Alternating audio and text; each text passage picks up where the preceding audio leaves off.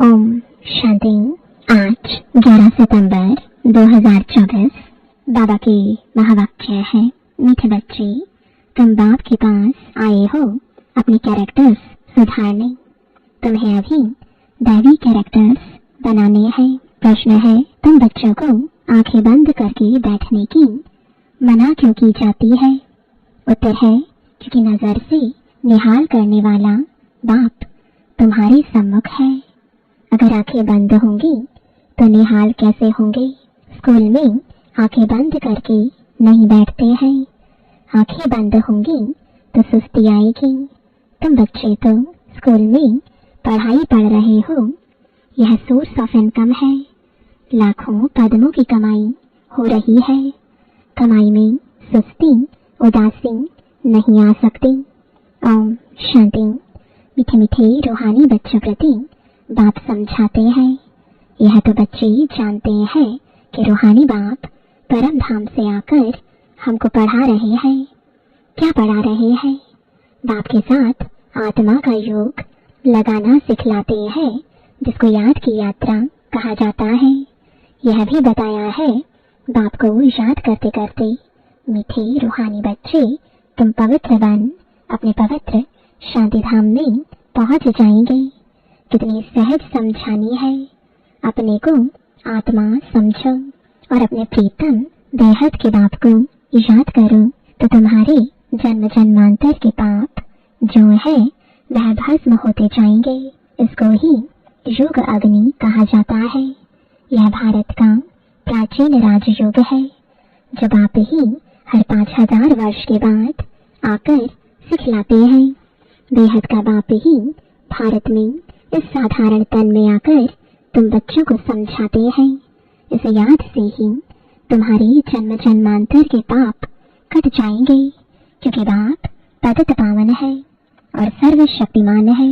तुम्हारी आत्मा की बैटरी अभी तमो प्रधान बन गई है। जो सतो प्रधान थी, अब उनको फिर से सतो प्रधान कैसे बनाए, जो तुम सतो प्रधान दुनिया में जा सको, व शांति धाम घर में जा सको। बच्चों को यह बहुत अच्छी रीति याद रखना है। बाप बच्चों को यह डोज देते हैं। यह याद की यात्रा उठते बैठते चलते फिरते तुम कर सकते हो। जितना हो सके गृहस्थ व्यवहार में रहते हुए कमल फूल समान पवित्र रहना है। बाप को भी याद करना है और साथ साथ दैवी गुण भी धारण करने हैं, क्योंकि दुनिया वालों के तो आसुरी कैरेक्टर्स है।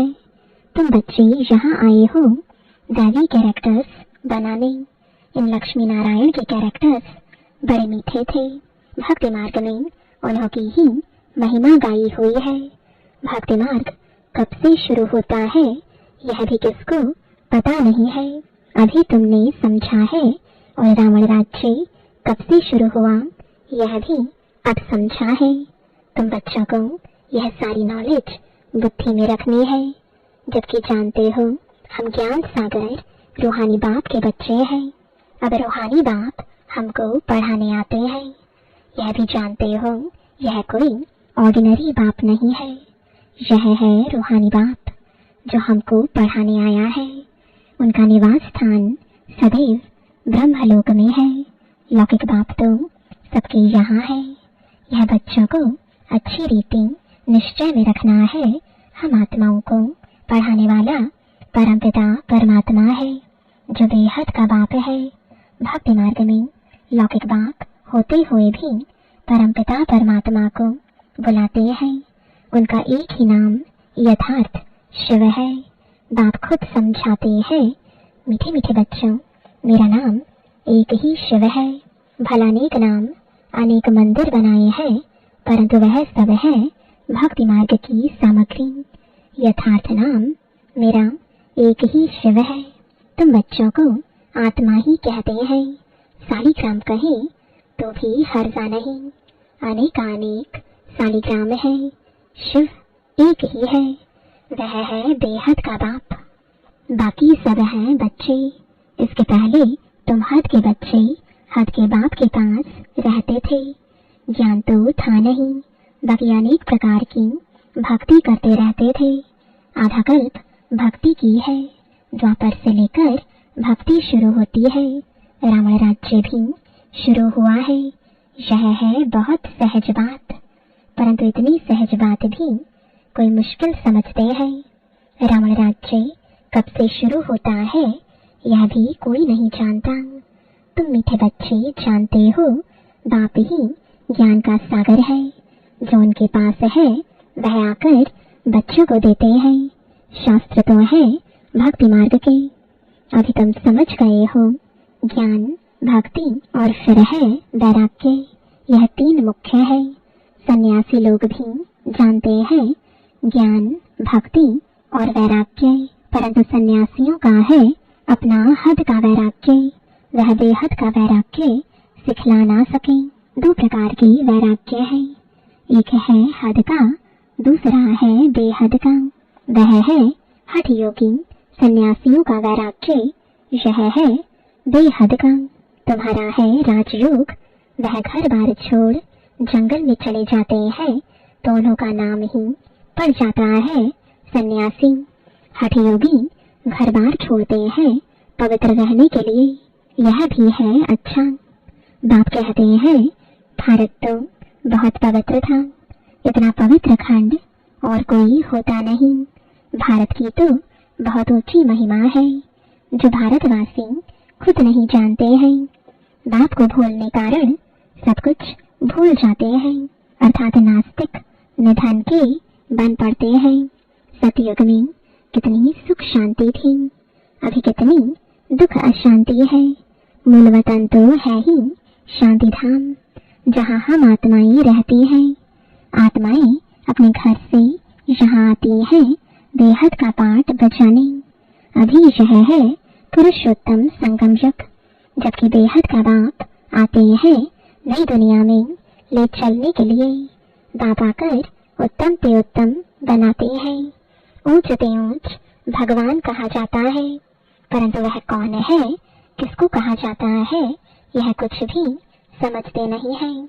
एक बड़ा लिंग रख दिया है, समझते हैं यह निराकार परमात्मा है। हम आत्माओं का वह बाप है यह भी नहीं समझते, सिर्फ पूजा करते हैं। हमेशा शिव बाबा कहते हैं, रुद्र बाबा व बबलनाथ बाबा नहीं कहेंगे। तुम लिखते भी हो शिव बाबा याद है, वर्षा याद है। यह स्लोगन्स घर घर में लगाने चाहिए। शिव बाबा को याद करो तो पाप भस्म होंगे, क्योंकि पतित पावन एक ही बाप है। इस पतित दुनिया में तो एक भी पावन हो नहीं सकता। पावन दुनिया में फिर एक भी पतित नहीं हो सकता। शास्त्रों में तो सब जगह पतित लिख दिए हैं। त्रेता में भी कहते रावण था, सीता चुराई गई। श्री कृष्ण के साथ कंस, जरासंधि, हिरण्यकश्यप आदि दिखाए हैं। श्री कृष्ण पर कलंक लगा दिए हैं। अब सतयुग में यह सब हो नहीं सकते। कितने झूठे कलंक लगाए हैं। बाप पर भी कलंक लगाए हैं तो देवताओं पर भी कलंक लगाए हैं। सबकी ग्लानि करते रहते हैं। तो अब बाप कहते हैं यह याद की यात्रा है आत्मा को पवित्र बनाने की। पावन बन फिर पावन दुनिया में जाना है। बाप 84 का चक्र भी समझाते हैं। अभी तुम्हारा यह अंतिम जन्म है, फिर घर जाना है। घर में शरीर तो नहीं जाएगा। सब आत्माएं जानी है, इसलिए मीठे मीठे रूहानी बच्चों अपने को आत्मा समझ कर बैठो, देह नहीं समझो। और सत्संगों में तो तुम देही अभिमानी हो बैठते हो। यहाँ बाप कहते हैं देही अभिमानी होकर बैठो। जैसे मेरे में यह संस्कार है, मैं ज्ञान का सागर हूँ। तुम बच्चों को भी ऐसा बनना है।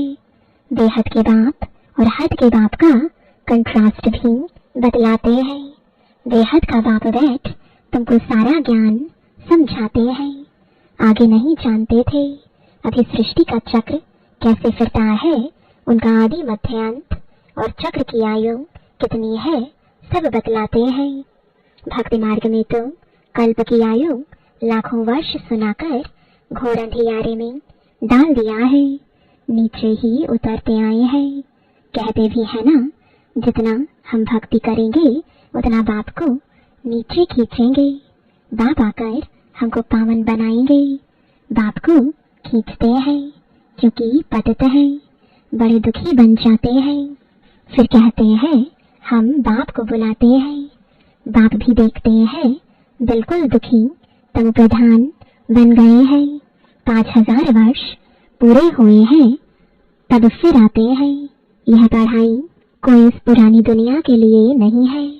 तुम्हारी आत्मा धारण कर साथ ले जाएगी। जैसे मैं ज्ञान का सागर हूँ, तुम भी ज्ञान की नदियाँ हो। यह नॉलेज कोई इस दुनिया के लिए नहीं है। यह तो छीछी दुनिया, छीछी शरीर है। इनको तो छोड़ना है। शरीर तो यहाँ पवित्र हो नहीं सकता।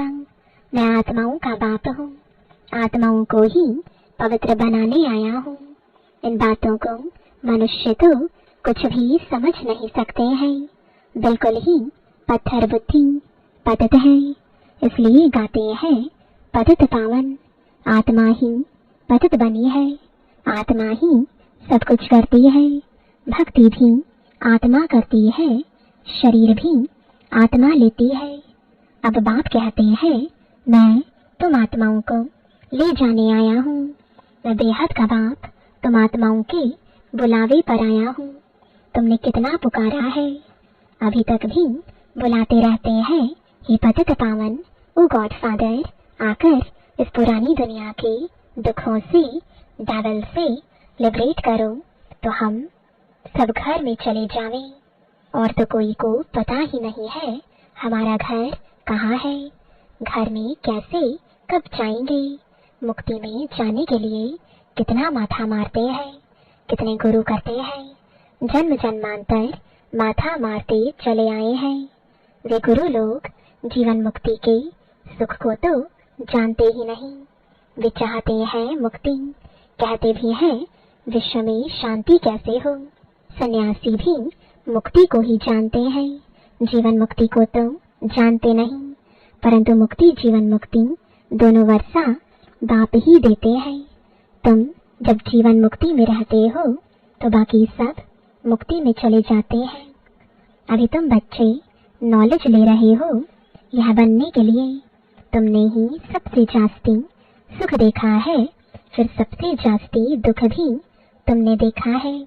आदि सनातन देवी देवता धर्म वाले तुम ही फिर धर्म भ्रष्ट कर्म भ्रष्ट हो गए हो। तुम पवित्र प्रवृत्ति मार्ग वाले थे। यह लक्ष्मी नारायण पवित्र प्रवृत्ति मार्ग के हैं। घर बार छोड़ना यह सन्यासियों का धर्म है।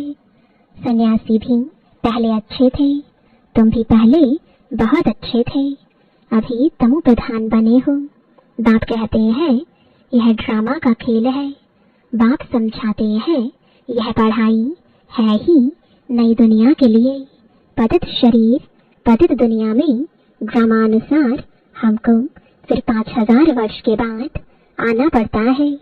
न कल्प लाखों वर्ष का है, न मैं सर्वव्यापी हूँ। यह तो तुम मेरी ग्लानि करते आए हो। मैं फिर भी तुम पर कितना उपकार करता हूँ।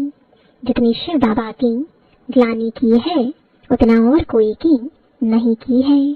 जो बाप तुमको विश्व का मालिक बनाते हैं उनके लिए तुम कहते रहते हो सर्वव्यापी है। जब ग्लानि की भी हद हो जाती है तब फिर मैं आकर उपकार करता हूँ। यह है पुरुषोत्तम संगम युग, कल्याणकारी युग, जबकि तुमको पवित्र बनाने आता हूँ। कितनी सहज युक्ति पावन बनाने की बतलाते हैं। तुमने भक्ति मार्ग में बहुत धक्के खाए हैं। तालाब में भी स्नान करने जाते हैं, समझते हैं इससे पावन बन जाएंगे। अब कहाँ वह पानी और कहाँ पतित पावन बाप। वह सब है भक्ति मार्ग, यह है ज्ञान मार्ग। मनुष्य कितने घोर अंधियारे में है, कुंभकर्ण की नींद में सोए हुए हैं। यह तो तुम जानते हो। गाया भी जाता है विनाश काले विपरीत बुद्धि विनश्यंती। अभी तुम्हारी नंबरवार पुरुषार्थ अनुसार प्रेत बुद्धि है, पूरी नहीं है, क्योंकि माया घड़ी घड़ी भुला देती है। यह है 5 विकारों की लड़ाई। 5 विकारों को रावण कहा जाता है। रावण पर गधे का शीश दिखाते हैं। बाबा ने यह भी समझाया है, स्कूल में कब आंखें बंद करके नहीं बैठना होता है। वह तो भक्ति मार्ग में भगवान को याद करने की शिक्षा देते हैं कि आंखें बंद करके बैठो। यहाँ तो बाप कहते हैं यह स्कूल है। सुना भी है नजर से निहाल कींदा स्वामी सतगुरु कहते हैं यह जादूगर है। अरे वह तो गायन भी है। देवताएं भी नजर से निहाल होते हैं। नजर से मनुष्य को देवता बनाने वाला जादूगर हुआ ना। बाप बैटरी चार्ज करे और बच्चे आंखें बंद कर बैठे तो क्या कहेंगे? स्कूल में आंखें बंद कर नहीं बैठते, नहीं तो सुस्ती आती है। पढ़ाई तो है सोर्स ऑफ इनकम, लाखों पद्मों की कमाई है। कमाई में कभी उबासी नहीं लेंगे। यहाँ आत्माओं को सुधारना है। यह एम ऑब्जेक्ट खड़ी है। उन्हों की राजधानी देखनी हो तो जाओ दिलवाड़ा में। वह है जड़, यह है चैतन्य। दिलवाड़ा मंदिर। देवताएं भी है, स्वर्ग भी है। सर्व का सदगति दाता आबू में ही आते हैं। इसलिए बड़े से बड़ा तीर्थ आबू ठहरा। जो भी धर्म स्थापक अथवा गुरु लोग हैं, सबकी सदगति बाप यहाँ आकर करते हैं। यह सबसे बड़ा तीर्थ है, परंतु गुप्त है। इनको कोई जानते नहीं है। अच्छा, मीठे मीठे सिकिलते बच्चों प्रति माता पिता बाप दादा का याद प्यार और गुड मॉर्निंग। रूहानी बाप की रूहानी बच्चों को नमस्ते। रूहानी बच्चों की रूहानी बाप दादा को गुड मॉर्निंग और नमस्ते। धारणा के लिए मुख्य सार है, पहला, जो संस्कार बाप में है वही संस्कार धारण करने हैं। बाप समान ज्ञान का सागर बनना है। देही अभिमानी होकर रहने का अभ्यास करना है। दूसरा, आत्मा रूपी बैटरी को सतप्रधान बनाने के लिए चलते फिरते याद की यात्रा में रहना है। दैवी कैरेक्टर्स धारण करने हैं। बहुत बहुत मीठा बनना है। वरदान है, त्रिकालदर्शी बन दिव्य बुद्धि के वरदान को कार्य में लगाने वाले सफलता संपन्न भव। बाप दादा ने हर बच्चे को दिव्य बुद्धि का वरदान दिया है। दिव्य बुद्धि द्वारा ही बाप को, अपने आप को और तीनों कालों को स्पष्ट जान सकते हो। सर्व शक्तियों को धारण कर सकते हो। दिव्य बुद्धि वाली आत्मा कोई भी संकल्प को कर्म व वाणी में लाने के पहले हर बोल व कर्म के तीनों काल जानकर प्रैक्टिकल में आती है। उनके आगे पास्ट और फ्यूचर भी इतना स्पष्ट होता है जितना प्रेजेंट स्पष्ट है। ऐसे दिव्य बुद्धि वाले त्रिकालदर्शी होने के कारण सदा सफलता संपन्न बन जाते हैं। स्लोगन है, संपूर्ण पवित्रता को धारण करने वाले ही परमानंद का अनुभव कर सकते हैं। ओम शांति।